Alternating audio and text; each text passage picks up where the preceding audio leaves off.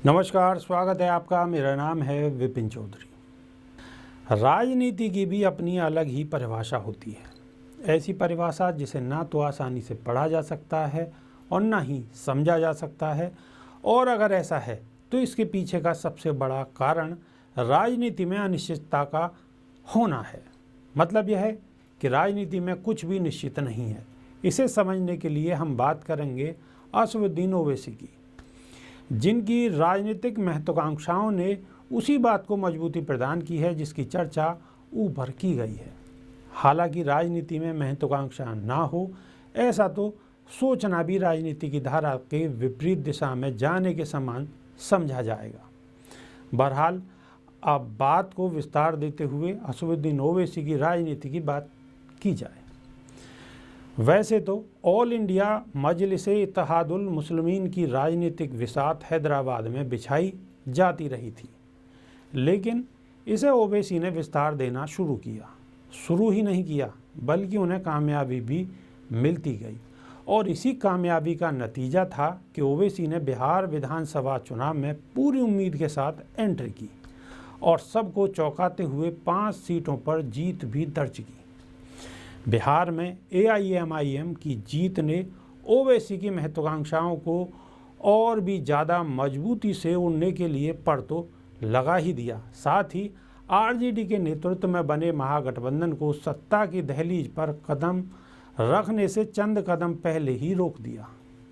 नतीजा यह हुआ कि मामूली बढ़त के साथ NDA ने बिहार में सरकार बनाने में कामयाबी भी हासिल कर ली। जैसे ही ओवैसी को बिहार में अप्रत्याशित कामयाबी मिली, उन्होंने पश्चिम बंगाल में हुंकार भरना शुरू कर दिया। ऐसा माना जाने लगा कि असदुद्दीन ओवैसी पश्चिम बंगाल में भी बिहार जैसी सफलता को ही दोहराएंगे। इसकी वजह भी समझ में आने लगी थी, क्योंकि ओवैसी ने फुरफुरा शरीफ के पीरजादा अब्बास सिद्दीकी से मुलाकात कर बंगाल विधानसभा चुनाव में सियासी विसात बिछानी शुरू कर दी थी, क्योंकि अब्बास सिद्दीकी ममता बनर्जी से नाराज चल रहे थे। इसीलिए ओवैसी के लिए माहौल बिल्कुल अनुकूल लग रहा था, और यह इशारे भी मिलने शुरू हो गए थे कि अब्बास सिद्दीकी का समर्थन ओवैसी को मिल जाएगा। लेकिन हुआ वही जो राजनीति में अक्सर हो जाता है। अब्बास सिद्दीकी ने अलग से अपनी पार्टी बनाकर कांग्रेस और लेफ्ट के साथ गठबंधन कर लिया, और यहीं से ओवैसी को वह धक्का लगा जिसकी उम्मीद शायद उन्हें थी भी नहीं। फिर असदुद्दीन ओवैसी बंगाल विधानसभा चुनाव में पिछले कदम पर खड़े होने को मजबूर हो गए। हालांकि इस तरह की परिस्थिति उत्पन्न हो जाने के बावजूद भी ओवैसी ने चुनाव लड़ने की घोषणा की, लेकिन घोषणा होते होते काफ़ी देर हो चुकी थी। अब पश्चिम बंगाल विधानसभा चुनाव में ओवैसी की पार्टी को न तो कोई वैसा समर्थन मिलता दिखाई दे रहा है जैसा कि उन्हें उम्मीद थी, और न ही उन्हें बिहार में मिली सफलता के बाद जो उम्मीद की किरण बंगाल में दिखाई दे रही थी वह किरण नजर आ रही है।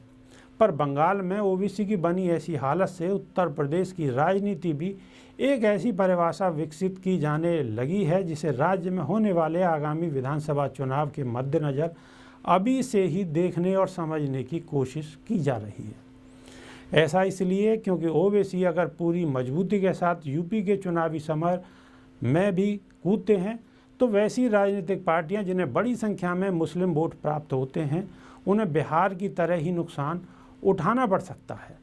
ओवैसी के लिए पश्चिम बंगाल विधानसभा चुनाव में बनी राजनीतिक परिस्थितियों की वजह से यूपी या फिर यूपी जैसे राज्यों में जहां आने वाले समय में विधानसभा चुनाव होने हैं, उनके लिए मुश्किल खड़ी हो सकती है, और इससे मुस्लिम मतदाताओं की तरफ उम्मीद भरी निगाहों से देखने वाले राजनीतिक दलों को अवश्य ही राहत की अनुभूति होगी।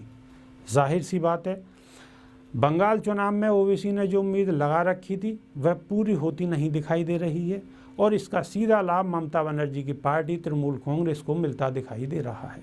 रही बात अब्बास सिद्दीकी की, तो उन्हें ही मुस्लिम मतदाताओं का समर्थन नहीं मिल रहा है, जैसा कि उन्होंने उम्मीद लगाकर राजनीतिक पार्टी बना डाली थी। कुल मिलाकर यही कहा जा सकता है कि असदुद्दीन ओवैसी ने बिहार में जो कमाल दिखाया था वह कमाल कम से कम पश्चिम बंगाल में तो होता दिखाई नहीं दे रहा, जिसका असर 2022 यूपी चुनाव में भी दिखाई दे तो हैरत नहीं होनी चाहिए। और इसका सबसे ज़्यादा फ़ायदा बंगाल में ममता बनर्जी को और यूपी जैसे राज्यों में वैसी पार्टियों को मिल सकता है जिन्हें मुस्लिम मतदाताओं से बड़ी उम्मीद है। यही राजनीति की वह परिभाषा है जिसे देखकर समझना और समझकर देखना कभी कभी असंभव सा हो जाता है। मुश्किल तो हर दौर में रहा है। बहुत बहुत धन्यवाद। नमस्कार।